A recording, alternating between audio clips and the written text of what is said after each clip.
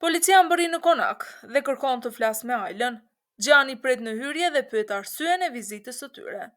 Oficerët shpjegojnë se ka ardhur një denoncim për plagosjen e Ajlës nga zonja Sadakat dhe se denoncimi është bërë nga Shahin Albora. Gjan mbetet i tronditur nga ky veprim, duke e përjetuar si një tradhti të hapur nga i vëllai. Pak qaste më vonë, Ajla ngjit shkallët me vështirësi nga plagët. Policia i kërkon të konfirmojë nëse është e vërtetë që Sadakati e ka qelluar. Ajla e vendosur midis nënës së Gjanit dhe të vërtetës, heziton për pak sekonda. Më pas vendos të marrë mbi vete gjithçka dhe deklaron se është vetë plagosur, duke thënë se kishte tentuar vetvrasjen. Policia e pranon deklarimin dhe largohet, duke njoftuar se do të rikthehen për të marrë dëshmi zyrtare për vetplagosjen. Ndërkohë atmosfera në Konak rëndohet edhe më shumë, me Gjanin që përjeton një tjetër goditje nga Shahini. Ajla ende e dobët, por më e vendosur se kurrë, përballet me zonjën Sadakat në korridorin e Konakut, me një qetësi sfiduese. I thotë se ajo nuk ka për ta ndarë kurrë nga djali i saj dhe se çdo përpjekje për t'i ndarë është e kotë.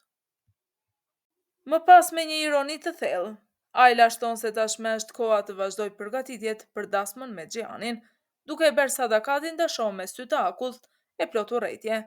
Megjithatë, Sadakat zgjedh thjesht, duke e përpirë zemërimin e saj pa thënë asnjë përgjigje. Nga ana tjetër, pak më vonë, Erxhumenti e telefonon Sadakatin. Ai i thotë se ajo bëri mirë që i solli fotografinë e vjetër të rinisë së tyre, sepse fal saj ai arriti të bindë Shahinin të kthehej kundër saj dhe kundër djemve të Sadakatit. Por Sadakat nuk e le të gëzohet gjatë. Me një zë të ftohtë, ajo i kthen se nuk ishin fotot që e bën atë punë, por gënjeshtrat dhe manipulimet e tij. Ajo i thotë se në fakt ai e ndihmoi të arrinte diçka që ajo vetë kishte dashur prej kohësh, që djemtë e saj ta shihnin me sytë e tyre se çfarë njeriu ishte vërtet Shahini dhe se tani ishte tepër vonë për t'i kthyer gjërat mbrapsht. Gjani, Kaja dhe Nare mbërrin të tërbuar tek Shahini. Atmosfera është e rëndë dhe mbushur me zemërim. Gjan kërkon llogari, i tronditur se si Shahini guxoi të tradhtonte familjen duke denoncuar Sadakatin në polici. Shahini ftohtë dhe i prerë, nuk bën asnjë hap. Ai këmbgul se Sadakati duhet të paguajë për atë që bëri, ashtu siç nuk ja fal dot as të kaluarën e saj me Erxhumentin. Gjan përpiqet ta ndalojë, duke i kujtuar se nuk ka qenë kurrë nëna e tij, ai që e futi në burg Erxhumentin. Por Shahin shpërthen dhe i thot hapur se ka fjalën për mënyrën se si ajo kishte joshur baban e tij në të kaluarën. Në atë moment durimi i Gjanit thyet, ai e godet Shahinin me grusht, duke mos pranuar që dikush të njolloste nënën e tij. Por Shahin vazhdon të këmbgul se kjo është e vërteta. Zemërimi i Gjanit arrin kulmin dhe i drejton armën, i gatshëm të humbas kontrollin. Nare hidhet përpara për ta ndaluar, e trembur se situata mund të dalë jashtë kontrollit. Ndërkohë Kaja merr papritur një telefonat alarmuese. Njoftohet se Sadakati është nisur drejt shtëpisë së Shahinit. Tensioni rritet edhe më shumë, duke paralajmëruar një përpallje që mund të shpërthejë në çdo moment. Sadakat mbërrin tek shtëpia e Shahinit dhe përballet me nënën e tij, me fytyrën e ngrirë dhe e vendosur të thotë versionin e saj. Përballë të gjithëve, ajo përpiqet të qartësojë të kaluarën, duke treguar historinë sipas mënyrës së vet. Nëna e Shahinit e tronditur zbulon para të gjithëve se Sadakati kishte rrëfyer, se Erxhumenti dikur i kishte premtuar martesë, por e kishte braktisur pas një shpjegim. Shahini plot mdhef e akuzon Sadakatin se po gënjen, se po manipulon të vërtetën dhe se të gjitha këto i bën vetëm për të mbrojtur veten. Ai i kujton se ajo u martua me Azemin, vëllain e tij, dhe jo me Erxhumentin, duke nënkuptuar se ajo gjithmonë kishte pasur motive të fshehta.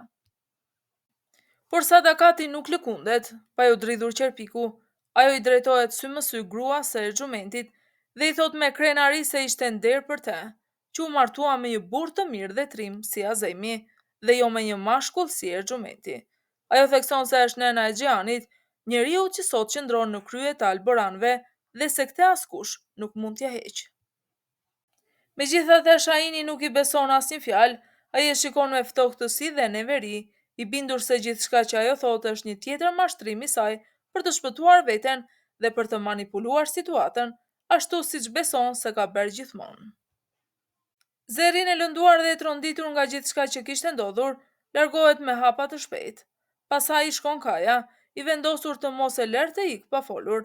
Ai afrohet dhe me zërin që dridhet nga emocionet, i thot se nuk i intereson fare historia e nenës së tij apo xhaxhait. Ajo që kishte rëndësi për te ishte vetëm Zerin. I thot se do ta donte gjithë jetën, pavarësisht çdo kaosi mes familjarëve të tyre. Por Zerin e mbushur me inat dhe dhimbje shpërthen. Ajo mallkon veten që kishte rënë në dashuri me Kajen, që kishte injoruar paralajmërimet e nënës së saj, që kishte besuar se mes tyre mund të kishte një të ardhme. Me sy të mbushur me lot, i kërkon që të largohet, i thot se nuk e dashuron me dhe nuk e do më pranë. Dhe pikërisht në atë moment, Shahin del para tyre dhe dëgjon fjalët e motrës.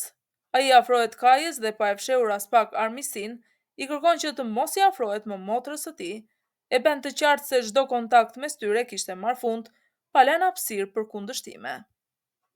Më pas Sadakati shkon tek dhoma e Ajlës, e cila ende po rikuperohet, dhe pa humbur kohë e godet me fjalë të mprekta. I thot se ajo e kishte përdorur mrekullisht situatën me policinë, madje e përgëzon me cinizëm që u tregua një grua e zgjuar, por që kjo zgjuarsi nuk do t'i shërbente gjatë.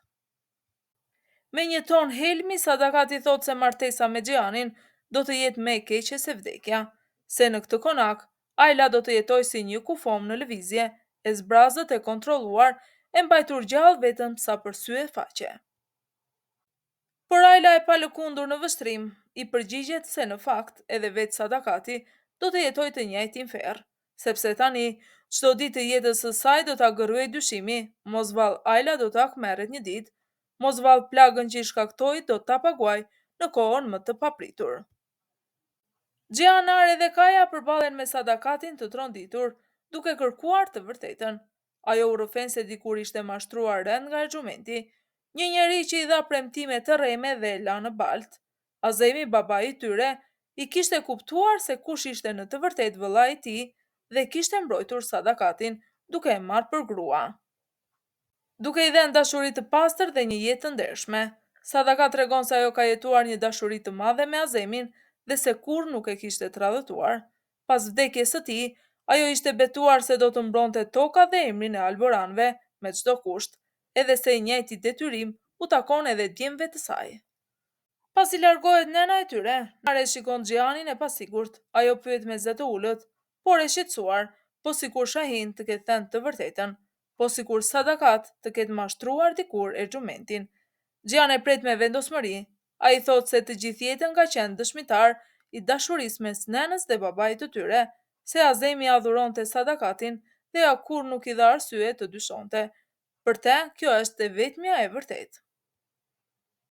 Xhian shkon pranë Ajlës pasi ajo është qetësuar disi dhe përpiqet të kuptojë se si po ndihet. Ajla ende me dhimbje dhe e lodhur nga gjithçka që ka ndodhur, tenton të marrë përgjigje për diçka që e shqetëson, çfarë i kishte bërë Sadakati Shahinit, që ai arriti deri në pikën e denoncimit.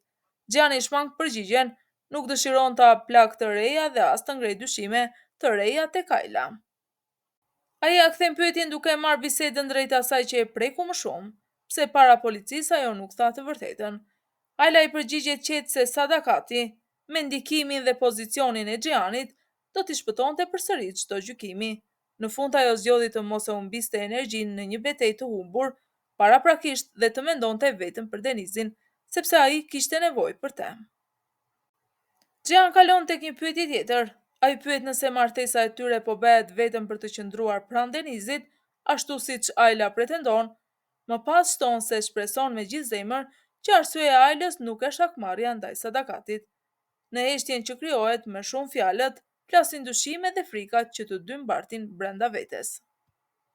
Faleminderit që ishit me mua në këtë episod, edhe pse në dukje seriali duket i çuditshëm për shkak të dashurisë midis kushërinjve të parë, gjë që nuk është e zakonshme për publikun shqiptar. Shpresojmë që këto ngjarje të mbeten vetëm në ekran dhe të mos pasqyrohen në jetën reale. A ka ndodhur ndonjë histori e ngjashme edhe në Shqipëri? Na lini komentin tuaj më poshtë dhe ndani mendimet tuaja me ne.